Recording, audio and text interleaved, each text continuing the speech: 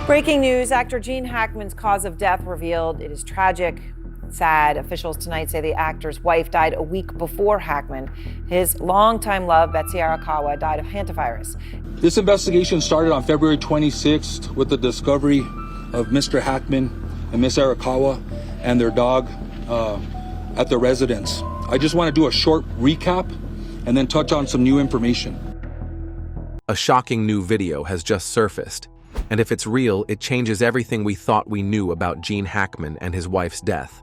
A cloud of suspicion surrounds the deaths of Oscar-winning actor Gene Hackman and his wife, whose bodies were found in their Santa Fe home.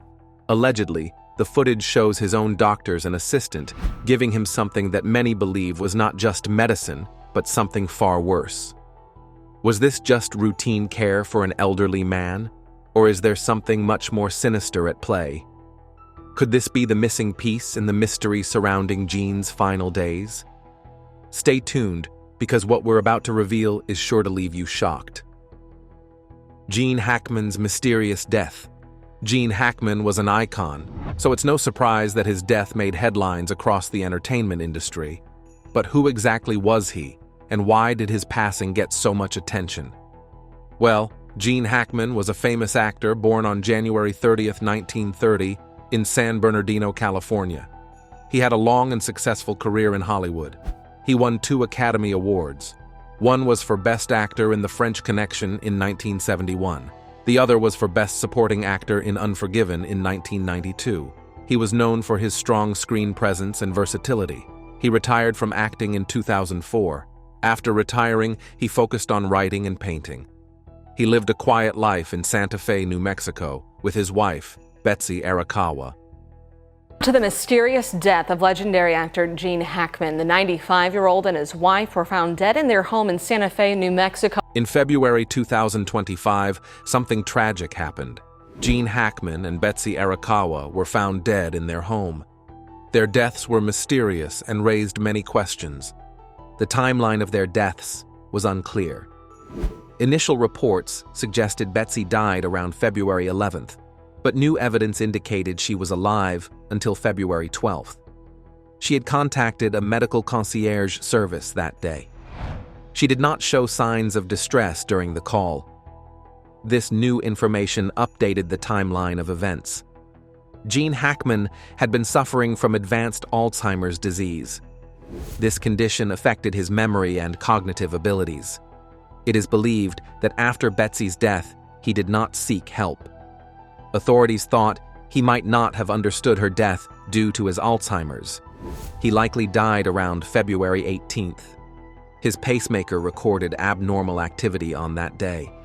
This means that was when his heart stopped working. Their bodies were discovered on February 26th.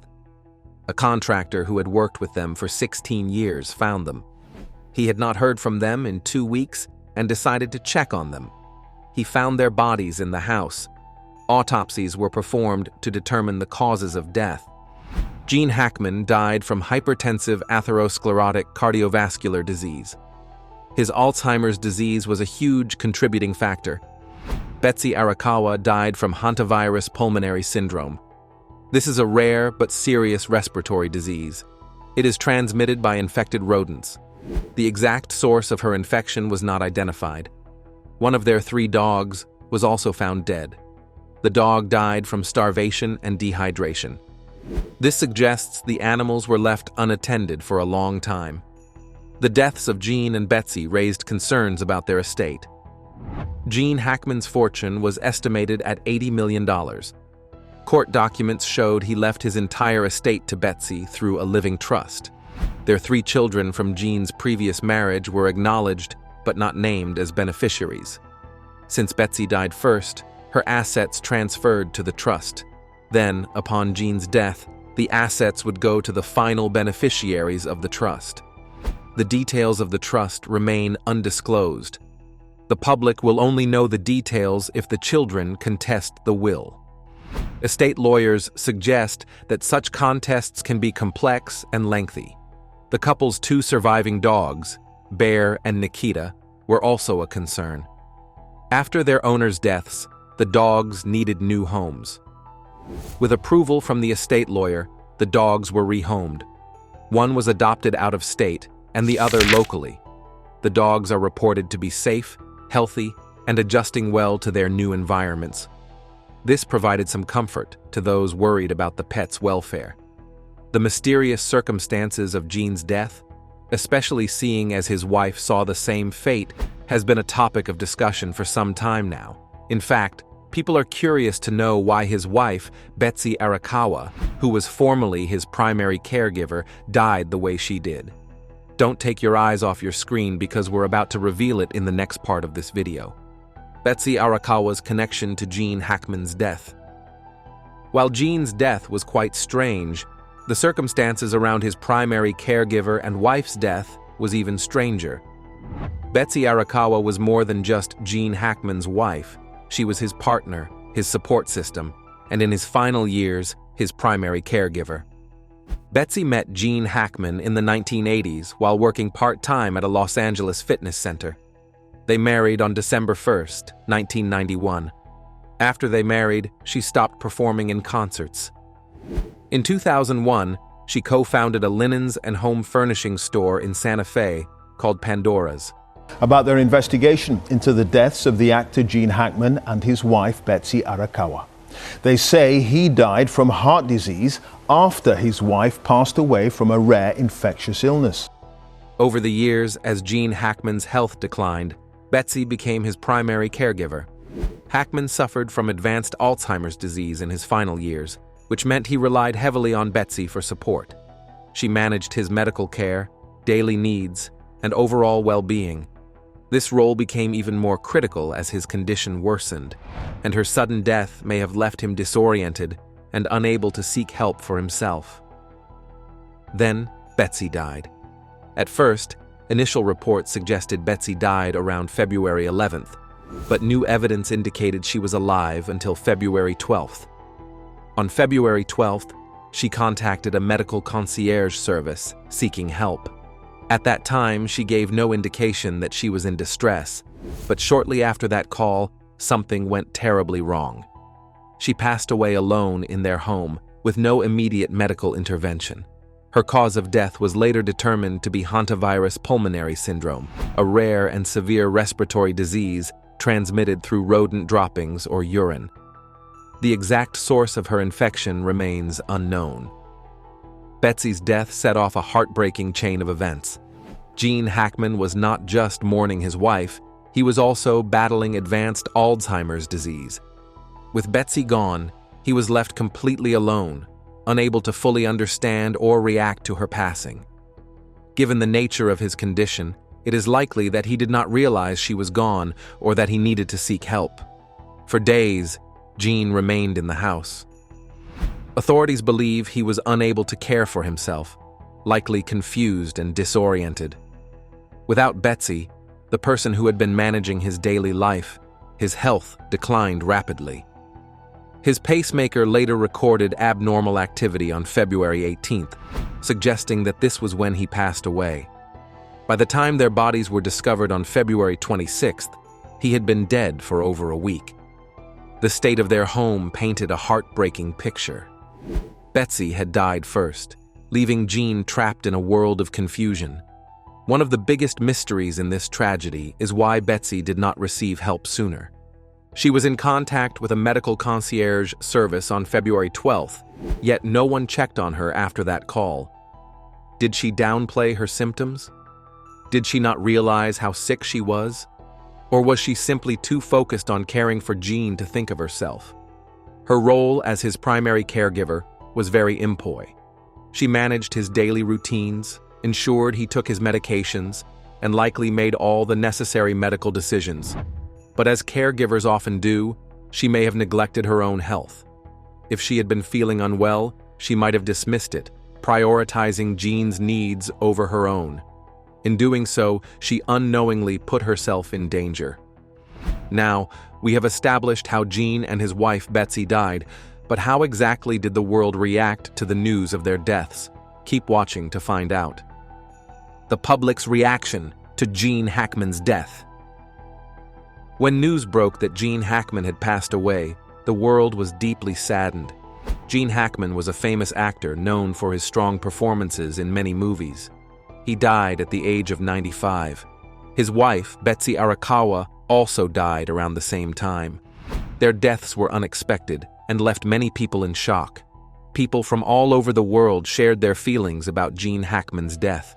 Many actors and filmmakers spoke about how much they admired him.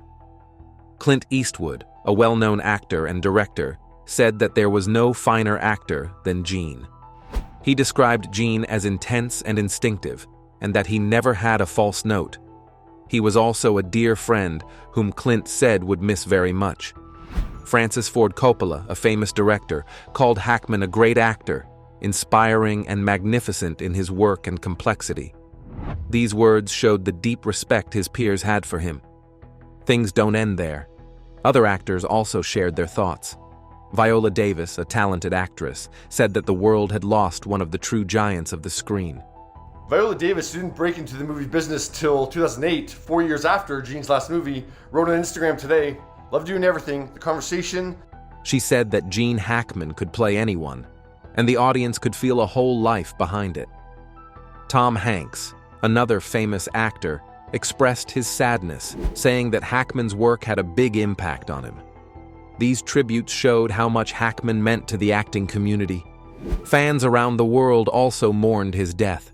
Many took to social media to share their favorite memories of his performances. They talked about how his roles in movies like The French Connection and Unforgiven had touched their lives. Some fans organized online watch parties to honor his memory, revisiting his classic films together. This outpouring of love showed the deep connection people felt to his work.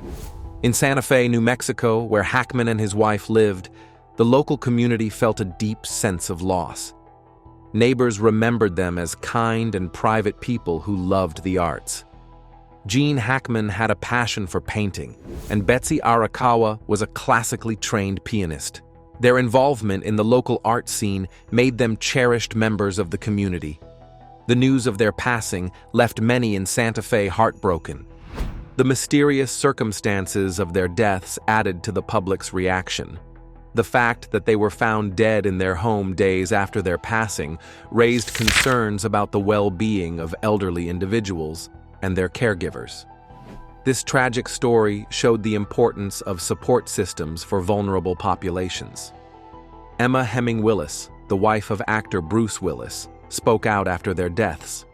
She emphasized the need for caregivers to receive adequate support, saying that caregivers often face challenges that go unnoticed.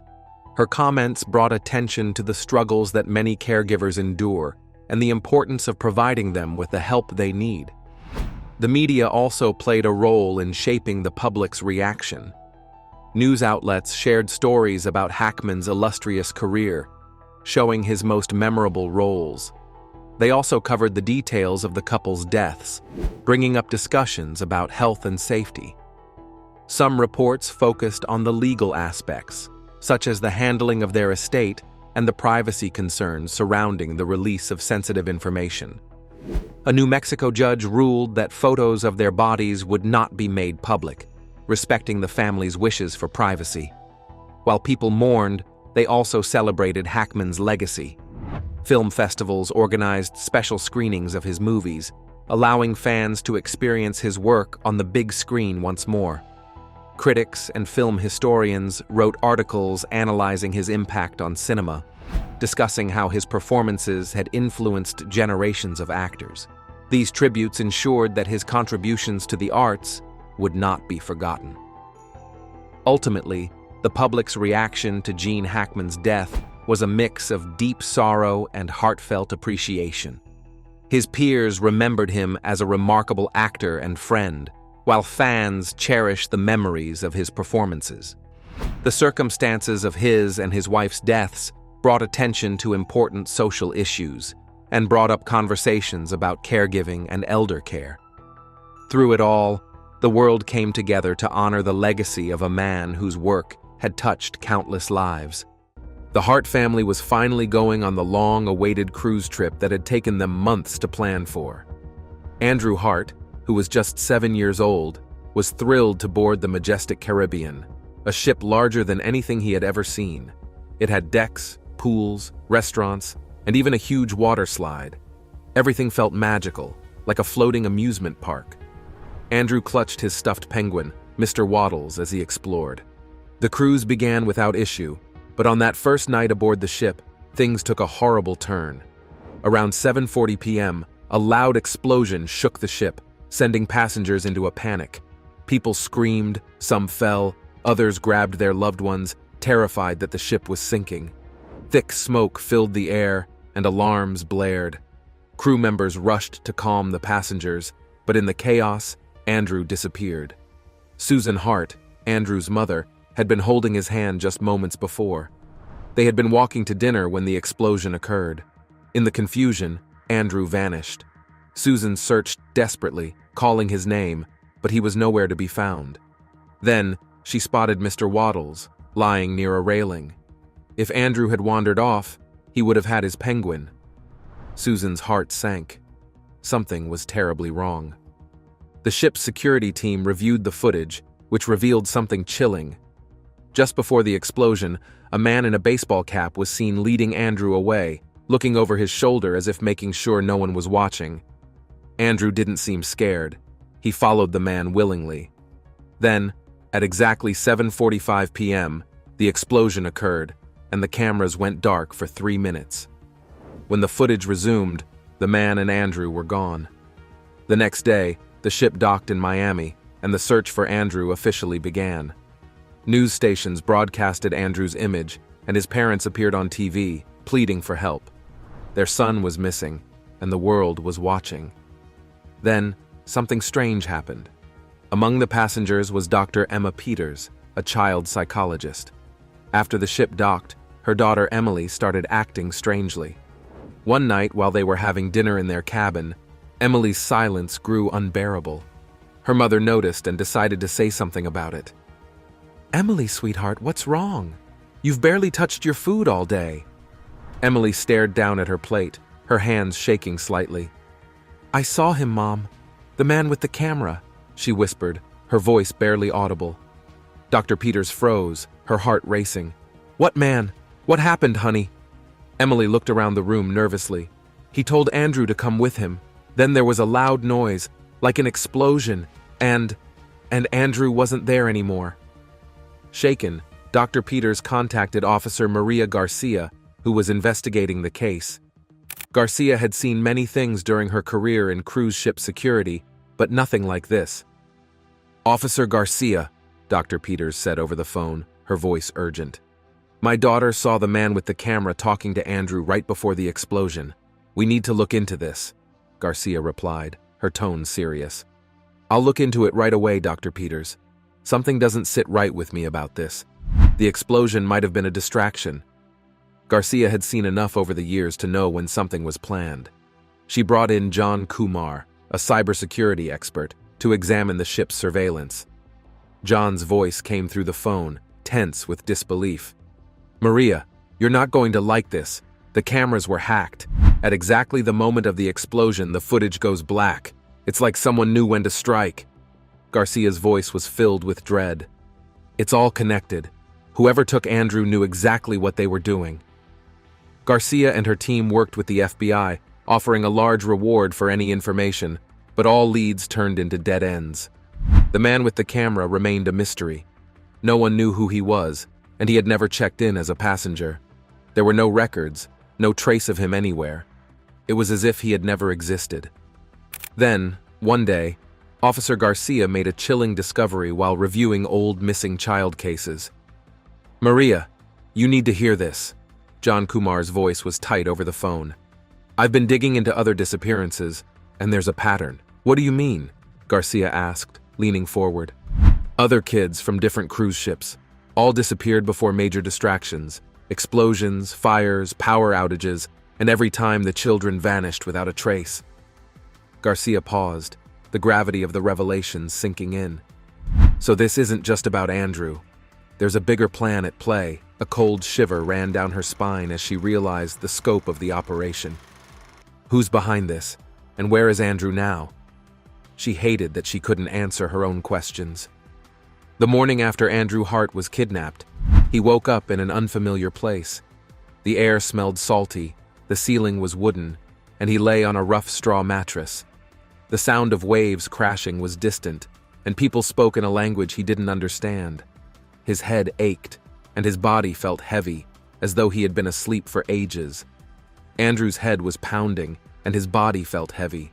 His eyes fluttered open, and he saw a woman standing over him, speaking in a language he didn't understand.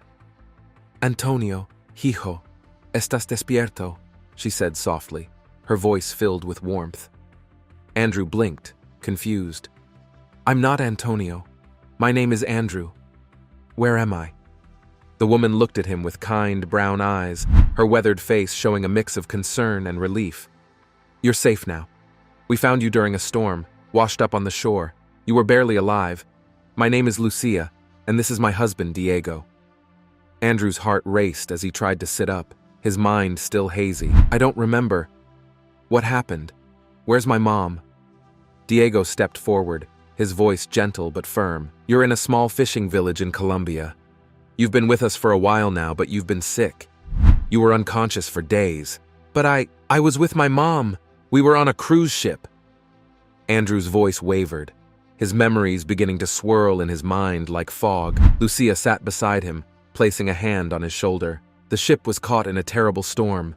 We found you alone, holding onto a piece of fabric, a toy. We thought you were lost forever, but now you're here with us."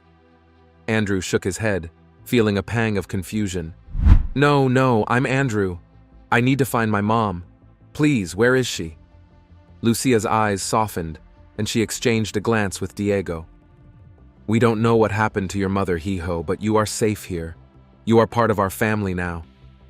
Andrew stared at them, trying to comprehend what they were saying. "But I don't remember." Diego nodded slowly. "It's okay, son. You've been through a lot. Don't worry. We'll take care of you." The words felt comforting, but Andrew's heart ached. Over time, his memories of his old life faded, and whenever vague images of a cruise ship or a woman with blonde hair appeared, Diego and Lucia assured him it was just a dream. By 17, Andrew had fully embraced his life in the village. He worked on fishing boats with Diego, spoke fluent Spanish, and had forgotten his past. He was now Antonio Jimenez, with no memory of his former life. Diego and Lucia, who had found him after his kidnapping, kept his true identity a secret, knowing revealing it would endanger their lives. Their village, controlled by a ruthless cartel, had seen other children vanish without a trace, so they kept quiet, protecting Antonio, while his odd dreams of a ship, a crying woman, and a penguin left him unsettled. Then one day, everything changed. Antonio was walking with Lucia when he saw a man with a camera leading a small boy. A sharp pain shot through his head as flashes of memories flooded his head. A hand in his, an explosion, and a penguin falling. He turned to Lucia, but her pale face silent. He was Andrew Hart, the missing American child. Unable to sleep, Andrew dialed the number in Diego's old address book. His hands trembled as it rang, and a calm voice answered, "Detective Garcia speaking. How can I help you?" I need to report something. I saw a man on the cruise ship. Before the explosion. He had a camera, and I remember penguins." There was a pause. "Penguins?" "Yes," Andrew said, his heart racing. "And an explosion. I was with my mom." "Where are you?" Garcia demanded. "I'm in Colombia. I remember everything now." "Andrew Hart?" she asked, her voice suddenly tight. "Yes. How do you—" "I've been looking for you for 10 years. Stay put. We're coming." When the call ended, Maria let out a huge sigh of relief. She'd never imagined this moment would come. The missing boy from the majestic Caribbean cruise had been found, and this time, she wasn't going to let him disappear again. At the hospital, Officer Garcia handed him a photo of his younger self, holding Mr. Waddles, his stuffed penguin. The rest of his memories hit like a flood, his mother's voice, the ocean breeze, and the sound of laughter. But that laughter stopped abruptly, replaced by the need to protect Diego and Lucia, the people who had kept him safe all these years. Andrew looked at Garcia, his face serious. "I have to make sure Diego and Lucia are safe. They've protected me for so long." Garcia nodded. "I understand, but you need to focus on getting back home first. We'll make sure they're protected." The flight back to Connecticut was a blur. What would his family think? Would they still love him? Would they even recognize him? The uncertainty lingered as the plane touched down in the cold, rainy night. Standing outside his parents' home, Andrew hesitated. The rain poured down, soaking him through. He could see the lights inside, but everything felt too big, too overwhelming. What would happen when they saw him? Would they even believe it was him? He stood frozen for what felt like an eternity, just staring at the door, his heart racing in his chest. Suddenly, the door opened. Michael stood frozen in the doorway, his eyes wide with disbelief. He looked at Andrew, the boy he had long believed lost, and his voice cracked when he spoke. "Andrew, is it really you?" Andrew nodded, tears filling his own eyes. "Dad, I'm so sorry. I never wanted to leave." Michael stepped forward slowly, his hands trembling as he reached out. Without saying another word, he pulled Andrew into a tight embrace. His voice was thick with emotion. "I thought I'd never see you again. I never stopped looking for you." Susan appeared in the doorway, her face pale. Her eyes locked on Andrew and she gasped. Her hands shook uncontrollably as she dropped her coffee cup. The ceramic shattered on the floor, but she didn't seem to notice. "Andrew," she whispered, taking a step forward. Then, without hesitation, she rushed to him, throwing her arms around him. "I thought you were gone forever," she sobbed, holding him just as tightly as Michael had. "I missed you so much.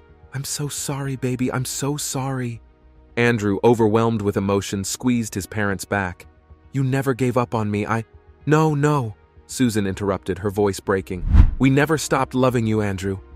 Never. And now, you're home." The three of them stood there, tears mingling as they held each other. No more words were needed. The love, relief, and healing were in the embrace. Well, what do you think about Andrew's story? Do you believe that he could have been rescued the same day he was kidnapped? The universe is a vast and mysterious place, full of secrets that keep us intrigued and curious about our own existence here on Earth. One story that has captured people's imaginations is the tale of Mel's Hole. It all began on a radio show called Coast to Coast AM on February 21st, 1997, when a man named Mel Waters called in to narrate his discovery of a strange hole in a rural property he bought near Ellensburg, Washington. Coast to Coast AM is a radio show known for exploring strange and paranormal phenomena. It's the kind of show that taps into our fascination with things that can't be easily explained. So when Mel shared his story about an unexplainable hole, it grabbed the attention of listeners around the world. It was like opening a new chapter in the exploration of the mysteries that our planet holds. Mel's was no mere hole. It was a bottomless hole that seemed to scare everyone who lived around it. Just 80 miles outside of Ellensburg, Washington, in the small town of Manistash, there lies a mystifying cavity known as Mel's Hole. This strange opening in the earth has perplexed the locals for decades, but no one more so than Mel Waters himself. Many locals claim to know about the hole, but it didn't really become a phenomenon until 1997, when Mel Waters went on the Coast to Coast radio show with Art Bell. You see, Mel moved onto the rural property in the 1990s, completely unaware of the uncanny happenings surrounding his new land. Get girded, because in a few minutes we are going to embark on a terrifying ride about one of the many mysteries of our Earth. What terrifying discovery was made in Mel's Hole?